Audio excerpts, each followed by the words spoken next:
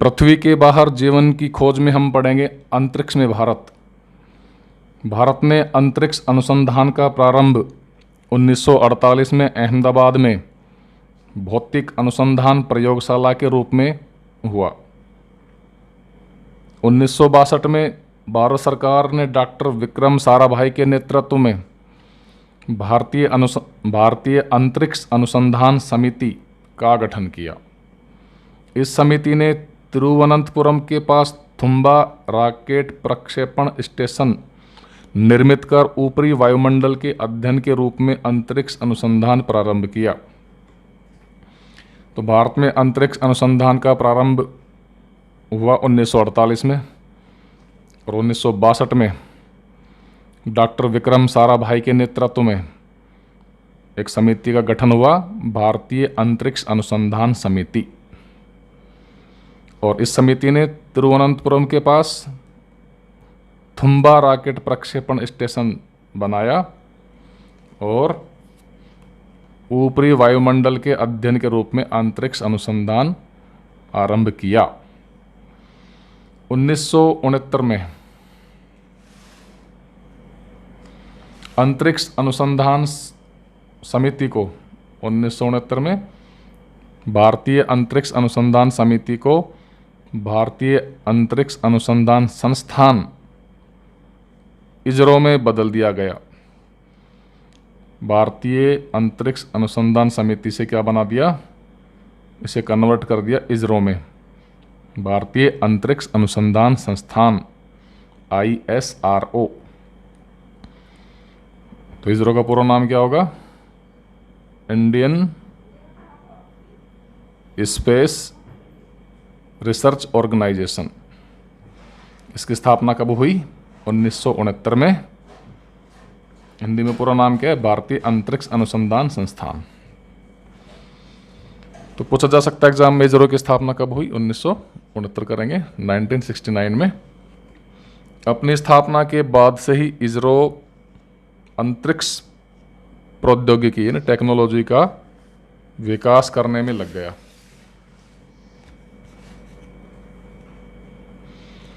भारत ने अपना पहला रॉकेट रोहिणी 75 1969 में छोड़ा, जो केवल 75 मिलीमीटर व्यास का था। इसका व्यास बहुत कम था, मात्र 75 मिलीमीटर था। तो स्पष्ट है कि प्रारंभ में भारत के रॉकेट की क्षमता इतनी नहीं थी। स्पष्ट है कि प्रारंभ में भारत के रॉकेट की क्षमता इतनी नहीं थी कि उसकी सहायता से कोई यान अंतरिक्ष में भेजा जा सके।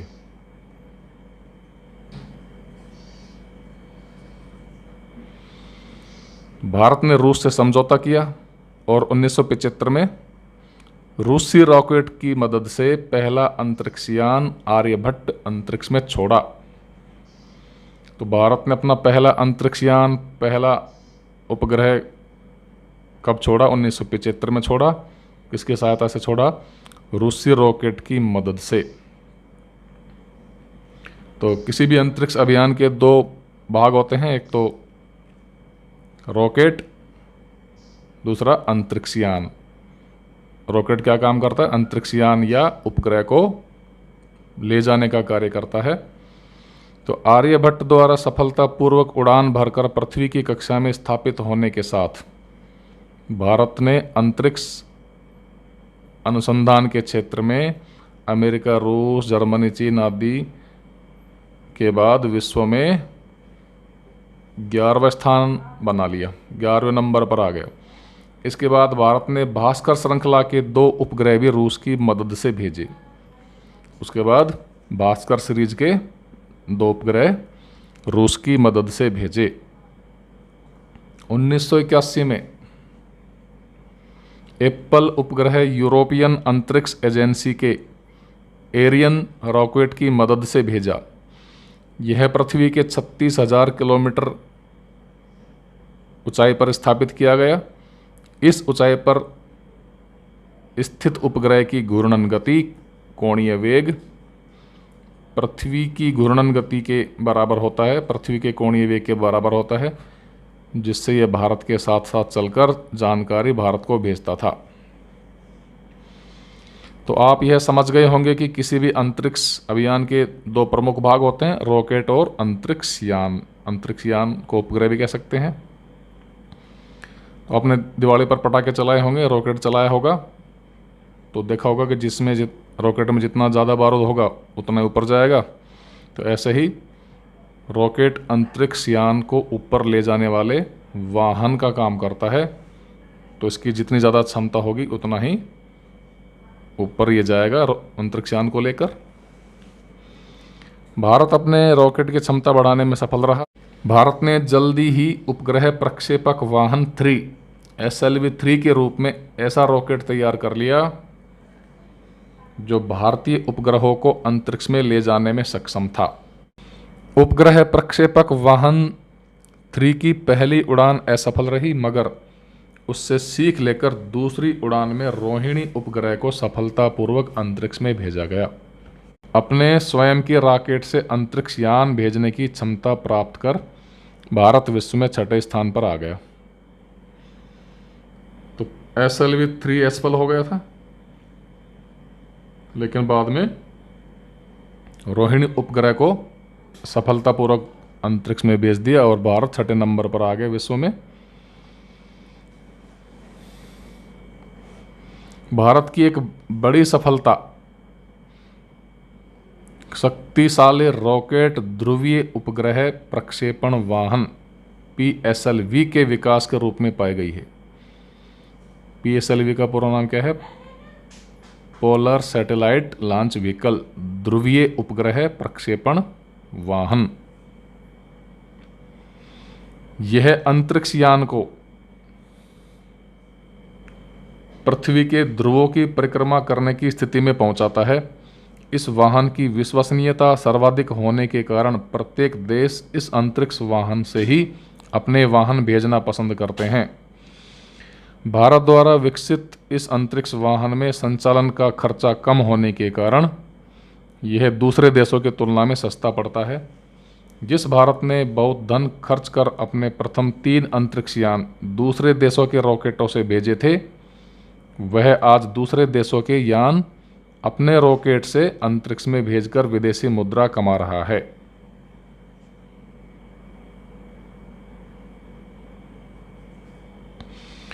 जून 2016 में एक साथ 20 उपग्रह अंतरिक्ष में भेजकर भारत ने नया रिकॉर्ड बनाया है। इनमें 17 उपग्रह विदेशी थे। भारत ने अपना भूतुल्यकाली उपग्रह प्रक्षेपण वाहन विकसित किया। भूतुल्यकाली उपग्रह प्रक्षेपण वाहन जियो सिंक्रोनाइज्ड सैटेलाइट लॉन्च व्हीकल विकसित किया, जिनका उपयोग भूतुल्यकाली यानों के प्रक्षेपण में किया जाता है। तो आपने पढ़ा होगा भूतुल्यकाली उपग्रह और ध्रुवीय उपग्रह क्या होते हैं, 8वीं के साइंस में आपने पढ़ा होगा। शक्तिशाली रॉकेटों के बल पर भारत ने 2008 में चंद्रमा की कक्षा में चंद्रयान प्रथम को स्थापित कर चंद्रमा के सतह पर भारत का झंडा उतारने व चंद्रमा पर जल खोजने में सफलता प्राप्त की थी। पहले ही प्रयास में अपने बल पर मंगल की कक्षा में मंगलयान को स्थापित कर भारत ने प्रथम स्थान बना लिया है। भारत के मंगलयान को 2014 का सर्वश्रेष्ठ आविष्कार घोषित किया गया था। कोई भी अन्य देश अब तक ऐसा नहीं कर सका है। भारत जल्द ही चंद्रयान 2 को चंद्रमा के कक्षा में स्थापित कर एक गाड़ी चंद्रमा की सतह पर उतारने वाला है। ये 2019 में छोड़ा गया था, जो ये अभियान असफल हो गया था।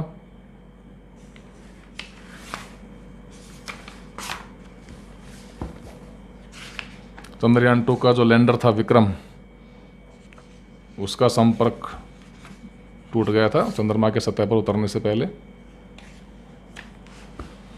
नेक्स्ट हम पढ़ेंगे अंतर्राष्ट्रीय अंतरिक्ष स्टेशन, जो बहुत ही इंपॉर्टेंट टॉपिक है इस चैप्टर का। अंतर्राष्ट्रीय अंतरिक्ष स्टेशन पृथ्वी की निचली कक्षा में स्थापित उपग्रह है।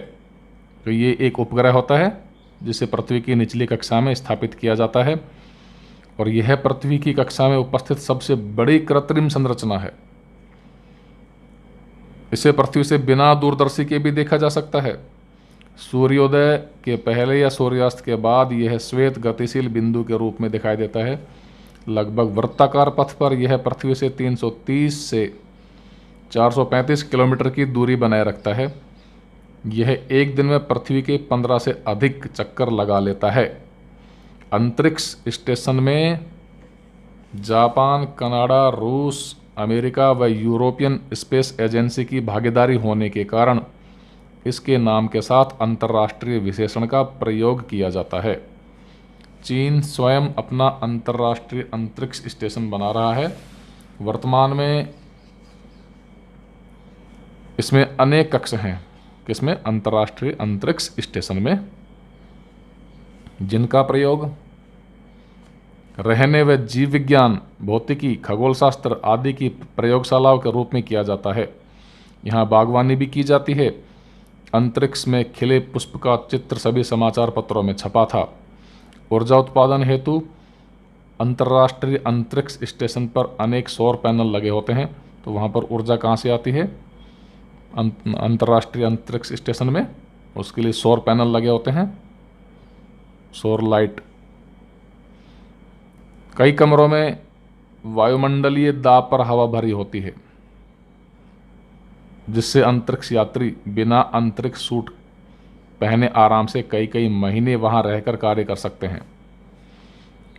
कई कमरों में क्या करते हैं? वायुमंडलीय दाब पर हवा भर देते हैं, जिससे वे बिना अंतरिक्ष सूट के भी उस कमरे में आराम से काम कर सकते हैं। अन्य कक्षों में जाने या बाहर खुले में कार्य करते समय उन्हें अंतरिक्ष सूट पहनना पड़ता है। अंतरिक्ष स्टेशन को बनाने वाले घटकों को पृथ्वी पर बनाकर रूसी व अमेरिकी रॉकेटों की सहायता से अंतरिक्ष में भेजा गया, जहां अंतरिक्ष में उन्हें जोड़ जोड़कर यह रूप दिया गया है। तो अंतरिक्ष स्टेशन को बनाने के लिए जो घटक कंपोनेंट थे, उनको पृथ्वी पर बनाकर रूसी और अमेरिकी रॉकेटों की मदद से अंतरिक्ष में भेजा गया और वहाँ पर अंतरिक्ष में उन्हें जोड़ जोड़कर यह रूप दिया गया। ये दिखा रखा है डायग्राम। और इसके पुराने भागों को अब भी निरंतर बदला जाता है। पृथ्वी के समीप होने के कारण अंतरिक्ष स्टेशन में गुरुत्व बल होता है, मगर कक्षीय गति के कारण यान स्वतंत्रतापूर्वक गिरती हुई वस्तु की तरह होता है। पृथ्वी के समीप है, इसलिए इस पर क्या होगा? गुरुत्वाकर्षण बल कार्य करता है, लेकिन कक्षीय गति के कारण ये स्वतंत्रतापूर्वक गिरती हुई वस्तु की तरह होता है। आप जानते हैं कि स्वतंत्रतापूर्वक गिरती वस्तु भारहीनता की स्थिति में होती है,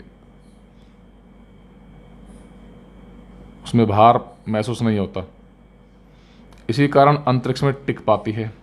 नवंबर 2000 से यह स्टेशन सदा आबाद रहा है। सामान व यात्री आते जाते रहे हैं। भारतीय मूल की अमेरिकन नागरिक सुनीता विलियम्स एक से अधिक बार अंतरिक्ष स्टेशन में कार्य करने जा चुकी है। वे अंतरिक्ष कक्ष से बाहर खुले में कार्य भी कर चुकी है।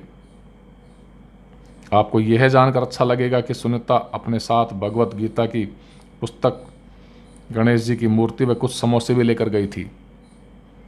अंतरिक्ष स्टेशन पर सरकारों से चयनित लोग ही जाते हैं और वहाँ सरकारी नौकरी की तरह सरकार द्वारा बताए कार्य ही करते हैं। मगर रूस के अंतरिक्ष यान सोयूज में एक सीट खाली रहती है। किराया चुकाकर एक यात्री कुछ दिन के लिए साथ जा सकता है। अंतर्राष्ट्रीय अंतरिक्ष स्टेशन में रहते हुए अंतरिक्ष यात्री पूर्व निर्धारित प्रयोग करने के साथ साथ रेडियो, दूरदर्शन आदि के माध्यम से विद्यार्थियों के संपर्क में रहते हैं। वे विद्यार्थियों के लिए वीडियो बनाकर भेजते रहते हैं। अंतरिक्ष यात्री समय समय पर अपने परिवार के सदस्यों से भी बात करते रहते हैं। प्रत्येक अंतरिक्ष यात्री के लिए भोजन प्लास्टिक की थैलियों पर उसके नाम से भेजा जाता है, भोजन को ठंडा या गर्म करने की सीमित व्यवस्था है, मगर पुराना होने पर वह बेस्वाद होने लगता है। कुछ दिन होने के बाद अंतरिक्ष यात्री पृथ्वी से ताज़ा भोजन आने का इंतज़ार करने लगते हैं। पेय पदार्थों को स्ट्रा की सहायता से ही मुंह में खींचना होता है। तो वहाँ पर किसी भी चीज़ को गिलास से नहीं पी सकते, क्योंकि उसका जो गिलास में जो पानी दूध वगैरह जो भी होगा वो अंतरिक्ष में उड़ जाएगा, फैल जाएगा, इसलिए स्ट्रा की सहायता से खींचना पड़ता है। वहाँ पर सब वस्तुएं तैरती हुई होती हैं, तैरती हुई अवस्था में होती हैं, इसलिए स्ट्रा का यूज करते हैं। और ठोस भोजन को भी चिमटी व चाकू की मदद से लेना पड़ता है। चिमटी व चाकू को ट्रे पर रखने के लिए चुंबक का प्रयोग किया जाता है, अन्यथा वह हवा में तैरने लगते हैं। वहाँ शौचालय भी विशिष्ट प्रकार के बनाए गए हैं। मूत्र को एकत्रित कर, साफ कर, उससे शुद्ध जल प्राप्त कर उसका पीने व अन्य कार्यों में उपयोग किया जाता है। भारहीनता में रहने से अंतरिक्ष यात्रियों के स्वास्थ्य पर कई विपरीत प्रभाव होते हैं। तो अंतर्राष्ट्रीय अंतरिक्ष स्टेशन से संबंधित कोई भी बात एग्जाम में पूछी जा सकती है कि वहाँ पर क्या क्या परेशानियाँ आती हैं अंतरिक्ष यात्रियों को। अंतरिक्ष स्टेशन पर भोजन कैसे लिया जाता है, विद्युत कैसे प्राप्त होती है। तो भारहीनता में रहने से अंतरिक्ष यात्रियों के स्वास्थ्य पर कई विपरीत प्रभाव होते हैं। इससे बचने के लिए वे व्यायाम का सहारा लेते हैं। व्यायाम में मदद करने हेतु ट्रेडमिल जैसे उपकरण अंतरिक्ष स्टेशन पर लगाए गए हैं। दूर अंतरिक्ष में छोटे से कमरे जैसे स्थान पर लंबे समय तक एक दो साथियों के साथ रहने से कई प्रकार की मनोवैज्ञानिक परेशानियां भी उत्पन्न हो जाती हैं। आप सोचते होंगे कि अंतरिक्ष में सड़क दुर्घटना जैसा खतरा तो नहीं होता होगा। ऐसी बात नहीं है।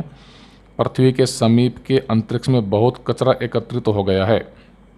काम में आ चुके रॉकेट या उनके टुकड़े, निष्क्रिय हो चुके कृत्रिम उपग्रह को नष्ट करने के लिए छोड़े गए हथियार, प्राकृतिक सूक्ष्म उल्कापिंड आदि बेकार सामान अंतरिक्ष स्टेशन से टकराकर परेशानी पैदा कर सकते हैं। अंतरिक्ष में चक्कर लगाते पिंडों की तेज गति के कारण छोटे से टुकड़े की टक्कर बड़ा नुकसान कर सकती है। तो ये वहाँ पर एक्सीडेंट का सा भी वहाँ पर खतरा होता है। तो ये हो गया चैप्टर कंप्लीट।